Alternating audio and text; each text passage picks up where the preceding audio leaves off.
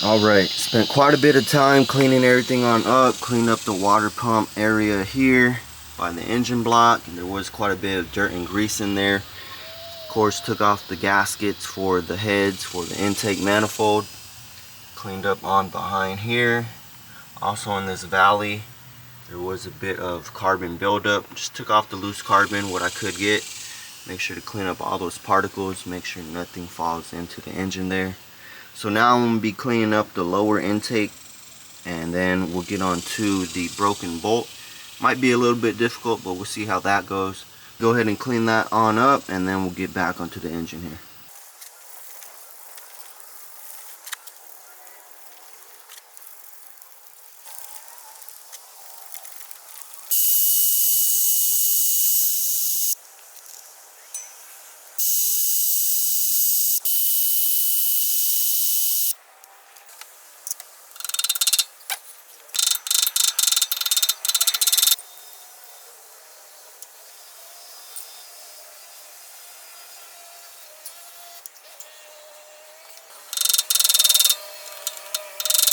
Okay, so I didn't record much of cleaning the intake just because it's so repetitive and just me like slowly cleaning everything.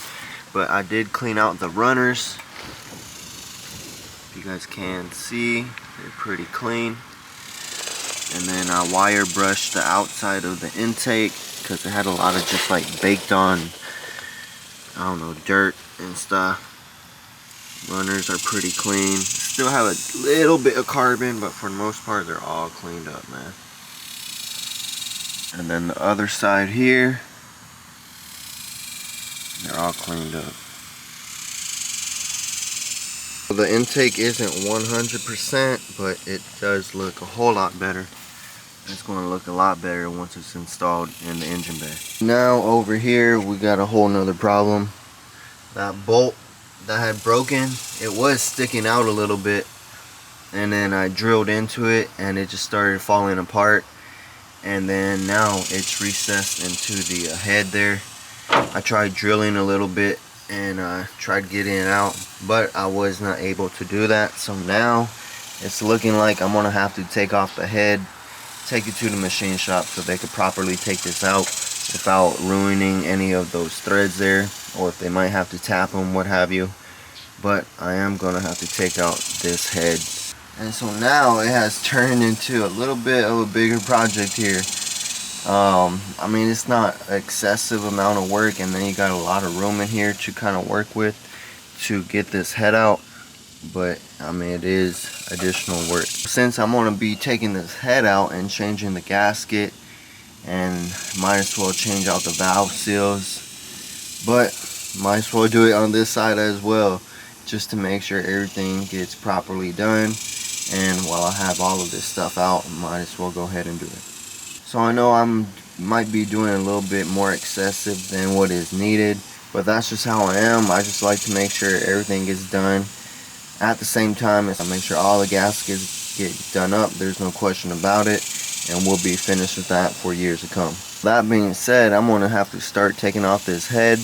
I'm gonna start working on the exhaust because I know there's probably a lot of rusted bolts and stuff, so might have a little bit of issue there. So this video will pretty much be on just removing the heads, and we'll see how much more information and work we can put into this video. First thing I'm gonna just take off, just so we have a better view of the head, is this bracket that holds on the idler pulley, the tensioner, and the alternator. I'm gonna be taking off the alternator because that is a pretty good amount of weight just by itself. So, and then we'll take off the bracket.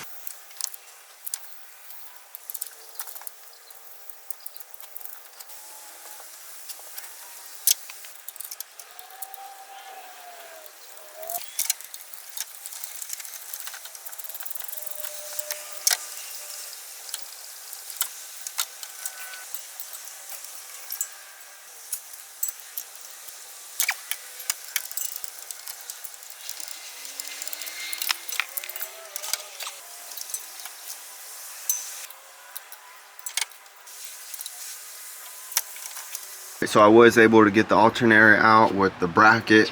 I did spray some WD-40 on these header bolts and the bolt that connects to the catalytic converter. So just letting those soak before I give them a try to loosen them on up. And here's the alternator, which has 3 bolts, and that connects it to the bracket. And then the bracket here has these 2 bolts here. One's a 1/2 inch and the other is a 9/16 on in there. Just got to get an extension on there and that comes right off.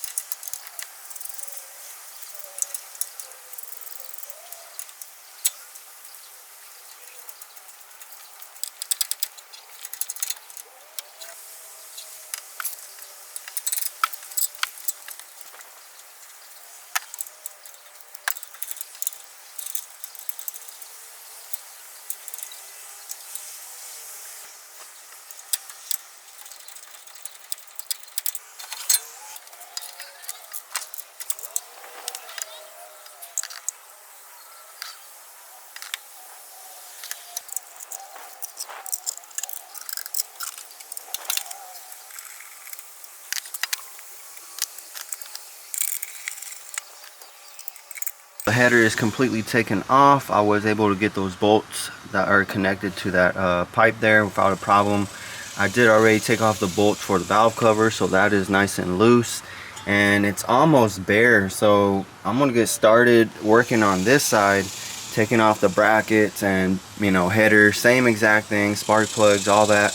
Going to get that ready and just going to be pulling both the heads off at the same time. I'm going to get started on this side and then we'll finish off on here. I just got to take the rockers and the rods out in order and place them on a box, make sure I don't lose track of anything. And then it's just as simple as taking off the bolts for the head. So let's go ahead and get started on here.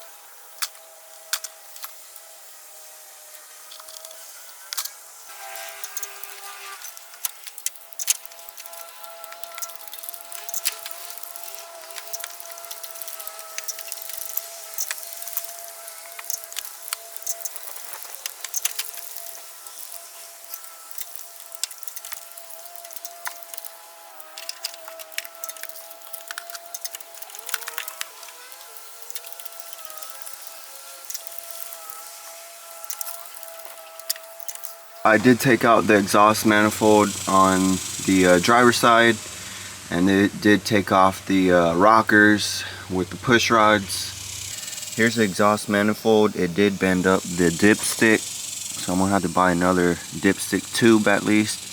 And then this bracket got all messed up. These bolts are just rusted on, so they just turn with it.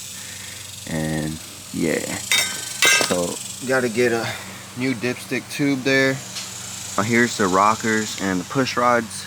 This would be the front of the engine, so everything's aligned how they would be on the head, so we're not going to get anything confused on there. And then I also did already loosen the bolts for the head, so I just got to completely take the bolts out and lift the head out of here. And I mean, that's basically going to be it for the disassembly here. Now the bolts for the heads are 11/16, and my breaker bar actually broke not too long ago, so you guys saw me use the torque wrench, which I don't recommend to use the torque wrench. And they're actually not even that tight, so it's not like I put a lot of force on the torque wrench. So let me go ahead and take these out and lift these heads out of here.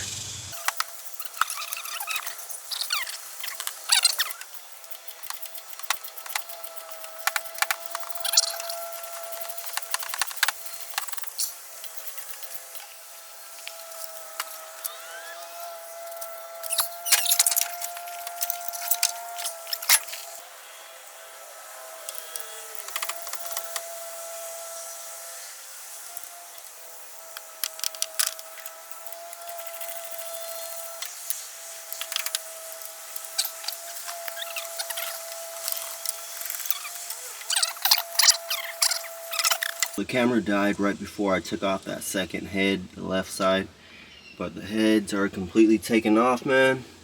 All the bolts. Got 1, 2, 3, 4, 5, 6, 7, 8, 9, 10. 10 head bolts per head.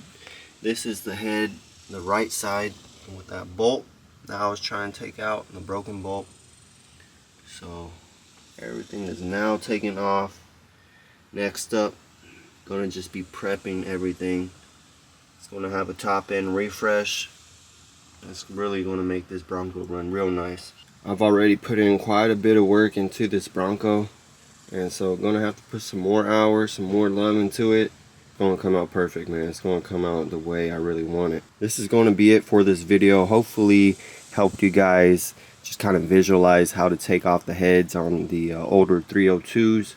And as well as some of my other videos with removing the intake, removing some of the smog equipment. Of course, on these upcoming videos, I'm going to show you how to completely seal up the heads as far as for the ports in the back for that smog pump. You can see it's right there. So we're going to be closing that on up, as well as getting a smaller serpentine belt and fixing those vacuum lines that I deleted out of the engine bay. So hopefully you guys are subscribed to the channel. Keep a lookout for those videos, because that's going to do it for here, taking off the heads. I'm going to catch you on the next one, man.